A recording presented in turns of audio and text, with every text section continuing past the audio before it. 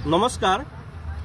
আহোমসকলৰ ৬০০ বছৰীয়া ৰাজত্বকালৰ যিসমূহ কীৰ্তিস্তম্ভ ইহঁতে নিৰ্মাণ কৰিছিল তাৰ মাজত অন্যতম কীৰ্তিস্তম্ভ হৈছে মই থিয় হৈ থকা বা মোৰ পিছফালে আপোনালোকে লক্ষ্য কৰা শিৱদৌল।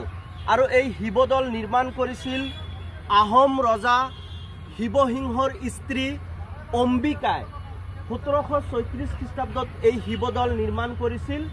আৰু এই শিৱদৌলেই হৈছে আহোমসকলৰ কীৰ্তিস্তম্ভসমূহৰ ভিতৰত আটাইতকৈ ওখ বা বৰ্তমান সময়লৈকেও অসমৰ ভিতৰত আটাইতকৈ ওখ কীৰ্তিস্তম্ভ কিন্তু এই শিৱদৌল। শিৱসাগৰ নগৰত শিৱদৌল অৱস্থিত আৰু ইয়াৰ পিছফালেও হয়তো আপোনালোকে হয়তো ভালকৈ দেখা পোৱা নাই যদিও মই ক'ম যে ইয়াৰ পিছফালে এটা ডাঙৰ পুখুৰী যাক শিৱসাগৰ বুলি কোৱা হয় এইটো অৱস্থিত।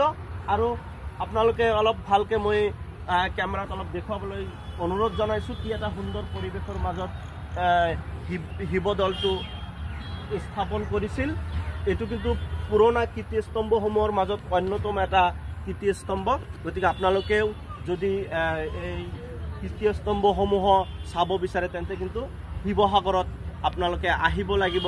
আৰু আহোম ৰাজত্বকালৰ বিভিন্ন হিষ্ট্ৰীৰ বিষয়ে যদি জানিব বিচাৰে তেন্তে কিন্তু এইসমূহ ঠাই আপোনালোকে ভ্ৰমণ কৰাটো মই ভাবোঁ যে খুব জৰুৰী বা আপোনালোকে আহিব বুলি মই অনুৰোধ জনালোঁ।